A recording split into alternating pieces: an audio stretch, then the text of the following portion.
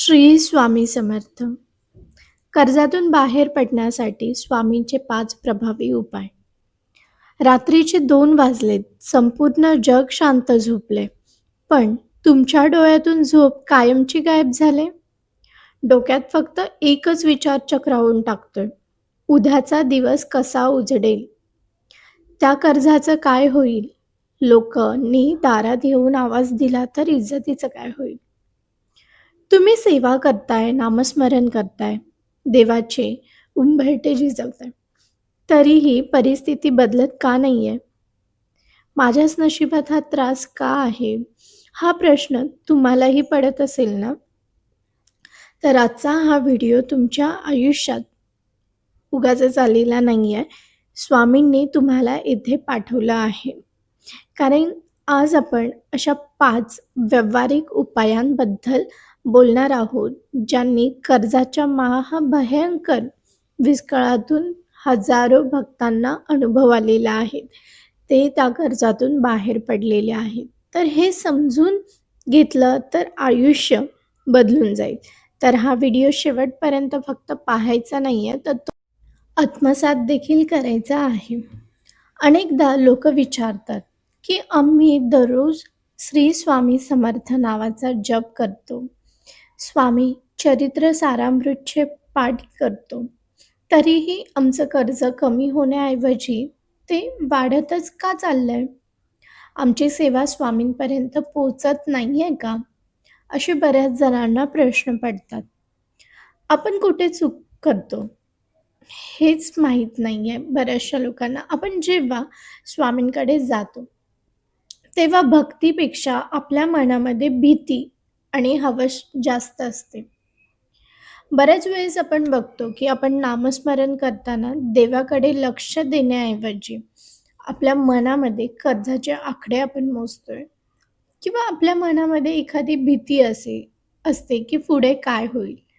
आपण त्याकडे लक्ष देतो. विचार करा, की एक गृहिणी आहे, जी घर सांभाळून सतत देवाचा धावा करते. पण तिच्या मनात सारखी धास्ती आहे, की उद्या मुलांची फी कशी भरणार? किंवा घराची चिंता आहे. तर एक छोटा व्यावसायिक आहे, जो मंदिरात आरती करतोय. पण डोक्यात विचार चालू आहेत, की सावकारांचं व्याज कसं चुकवायचं? जेव्हा तुमच्या मनामध्ये ना प्रार्थनेमध्ये विश्वासापेक्षा जास्त भीती असते, कर्जाची भीती ही मोठी असते, तेव्हा तुमची ऊर्जा चुकीच्या दिशेने काम करू लागते. त्यामुळे आपण देवावरती पूर्ण भार टाकतच नाहीये. आपण देवासमोर प्रार्थना करतानाही आपल्या मनामध्ये सतत विचारच असतात. आपण फक्त वरवर उपाय शोधतोय, पण समस्येच्या मुळाशी जातच नाहीये. तर तुमच्या या मानसिक अडथळ्यामुळेच तुमच्या आयुष्यातील ती एक मुख्य गोष्ट मिसिंग आहे, जी तुम्हाला कदाचित पुढे जाऊन देत नाहीये. तर ती कोणती गोष्ट आहे ती आपण पुढे पाहणारच आहोत. पण त्याआधी एका अशा भक्ताची मी तुम्हाला कथा सांगणार आहे, अनुभव सांगणार आहे, जो कदाचित आज तुमच्याही घराची गोष्ट असेल. तर एक भक्त होते, स्वामी भक्त. ते पुण्यात राहणारे होते. त्यांचं नाव महेश होतं. तर महेश एका छोटासा बिझनेस होता त्यांचा. सगळं काही छान चाललेलं. पण एका चुकीच्या निर्णयामुळे आणि व्यवसायातील मंदीमुळे त्यांच्या डोक्यावरती हळू कर्जाचा डोंगर उभा राहिला. सुरुवातीला एक छोटं कर्ज फेडण्यासाठी त्याने दुसरं कर्ज घेतलं. मग क्रेडिट कार्ड वापरायला सुरुवात केली आणि बघता तो अशा चक्रवायूमध्ये अडकला, जिथून बाहेर पडण्याचा कोणताही रस्ता त्याला दिसत नव्हता. आपण एखादं छोटंसं कर्ज स्टार्टिंगला घेतो, पण ते फेडण्यासाठी आपण आणखी घेतच जातो. तर महेश स्वामींचा निस्सीम भक्त होता. दर गुरुवारी मठात जायचा, उपवास करायचा, सगळं काही त्याचं कडक चालू होतं. पण कर्ज कमी होण्याचं काही नाव घेत नव्हतं. एक दिवस परिस्थिती इतकी बिकट झाली, की वसुलीसाठी काही लोकं त्याच्या दारावरती आले. सोसायटीत त्याची अब्रू गेली. महेश त्या रात्री कोलमडून पडला. आपल्या देवघरासमोर बसून तो ढसाढसा रडू लागला.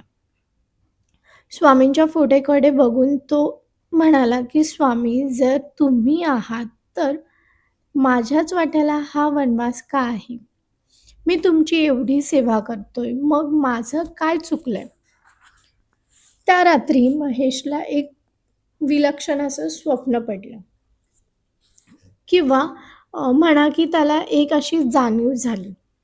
स्वप्नात त्याला स्वामींचे कोणतेही प्रत्यक्ष दर्शन झाले नाहीत, पण त्याला फक्त आवाज ऐकू आला शांत. "तू मला फक्त संकटात शोधतोयस, समाधानात नाही. तू माझ्याकडे मागतोयस, पण माझ्यावरती सोपवत नाही." दुसऱ्या दिवशी सकाळी महेश उठला, तेव्हा त्याच्या मनामध्ये एक वेगळीच शांतता जागी झाली. त्याच्यातील भीती गायब झाली होती. त्याने त्याचे अश्रू पुसले, कारण की त्याला समजलं होतं, की स्वामींनी त्याला संकटातून पळण्याचा नाही, तर त्याला संकटाचा सामना करण्याचा मार्ग दाखवला आहे. त्याने केवळ पोथ्या वाचणं बंद केलं नाही, तर त्या पोथ्यांमधला विचार स्वतःच्या जगण्यात उतरवायला सुरुवात केली. त्याने आपली चूक मान्य केली. तोपर्यंत तो फक्त चमत्काराची वाट पाहत आळशी बनून बसला होता.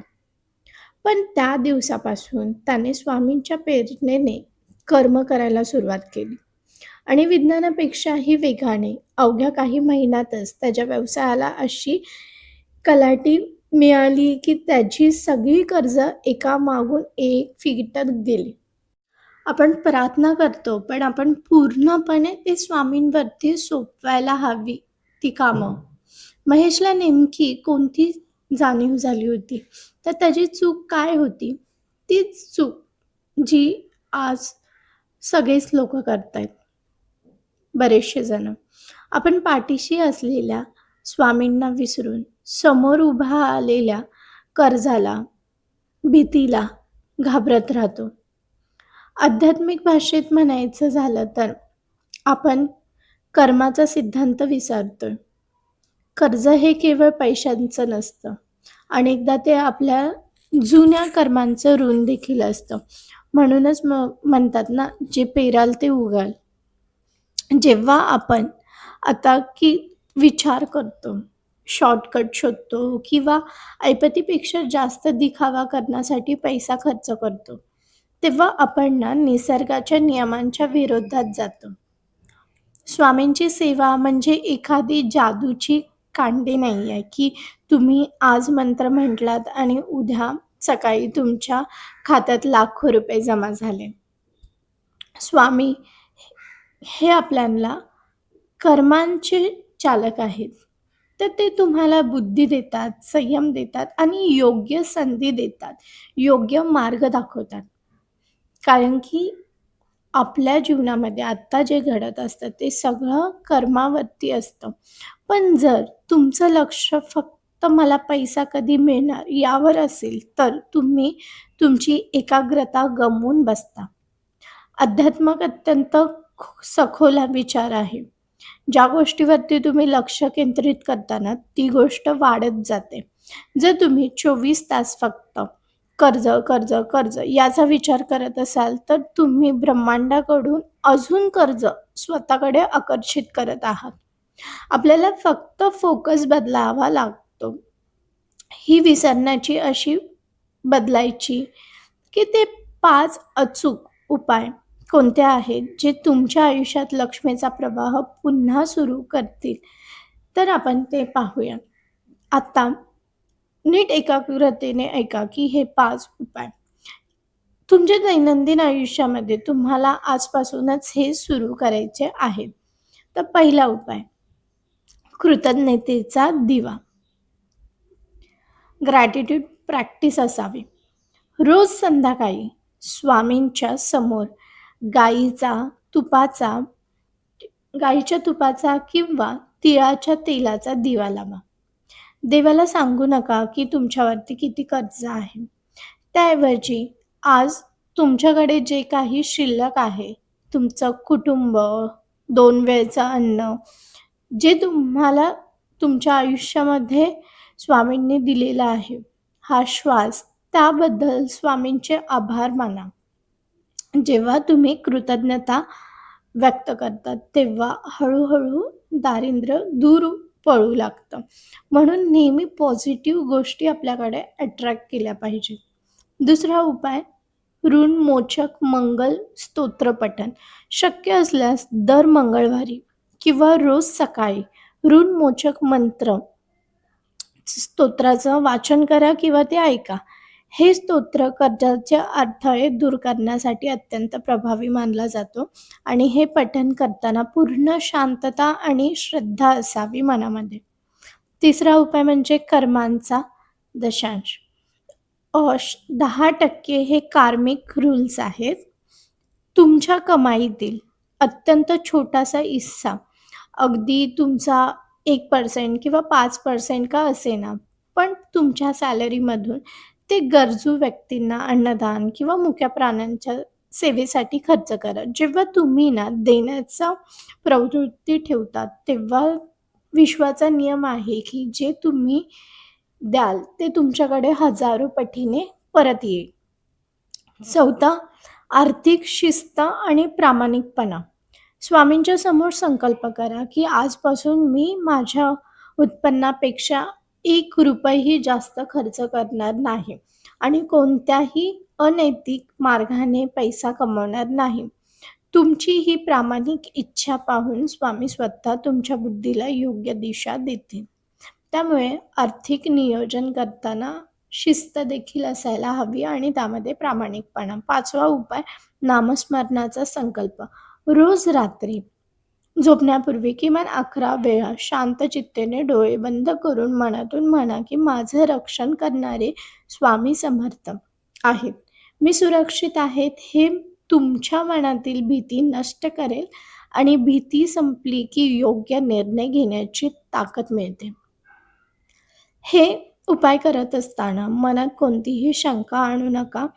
विचार करा की ज्या स्वामींनी या अथांग ब्रह्मांडाची निर्मिती केली, जे एका क्षणात राजाला आणि रंकाला राजा करू शकतात, त्यांच्यासाठी तुमचं कर्ज हे काहीच नाहीये. लाखाचं असो किंवा करोडाचं कर्ज फेडणं ही कोणती मोठी गोष्टच नाहीये.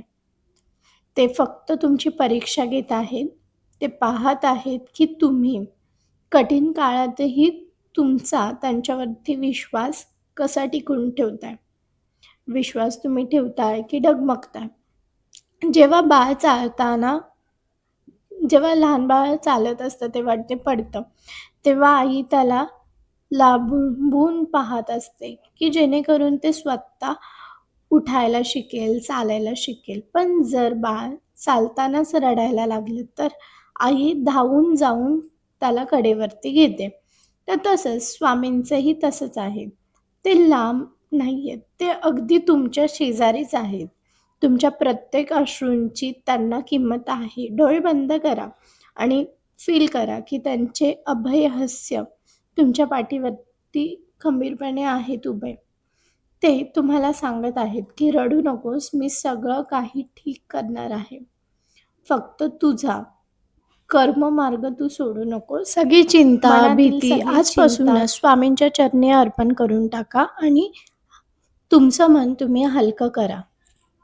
ज्यावेळेस तुम्ही पूर्णपणे स्वामींवरती विश्वास ठेवता, तुमची चिंताही स्वामींच्या चरणी अर्पण करता, त्यावेळेस स्वामी त्यावरती काम करायला सुरुवात करतात.